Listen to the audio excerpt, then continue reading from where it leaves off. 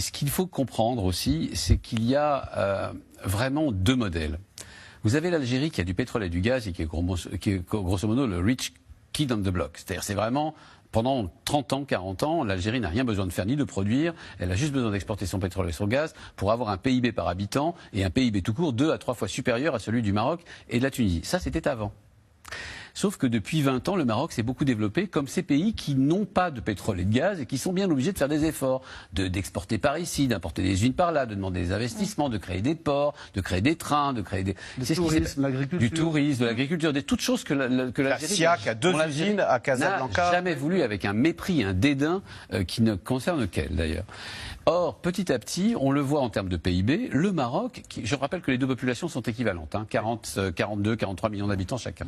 Le PIB le Maroc est en train de rattraper, comme la tortue, le lièvre algérien. Ça pose un petit problème de... Comment dire l'orgueil est un peu blessé en Algérie. Il y a une autre affaire aussi. C'est que l'Algérie, qui traditionnellement, c'est toujours imaginé du côté socialiste, du côté du camp socialiste au moment de l'URSS, a pour allié la Russie, qui sont un peu moins bons en ce moment à cause de l'invasion de l'Ukraine. Le Maroc, lui, a pour allié les États-Unis, les armes américaines, les Occidentaux qui sont venus investir chez eux. Israël, dont elle a reconnu, par exemple, dont elle a reconnu l'État au travers des accords d'Abraham. Toutes choses qui sont en train de payer.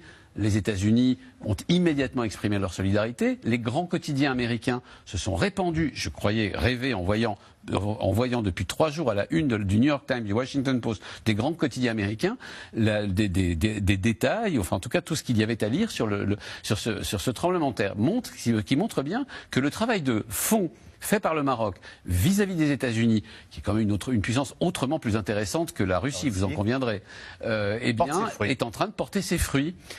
Et c'est très important pour l'avenir. Parce qu'au fond, les pays qui réussissent vraiment ne sont pas les pays qui ont du pétrole et du gaz. Ça, c'est le malheur des nations. Ouais. Ce sont les pays qui s'efforcent et qui sont obligés de faire d'énormes efforts sur eux-mêmes, y compris de développement, pour pouvoir compenser cette maigre richesse en ressources naturelles.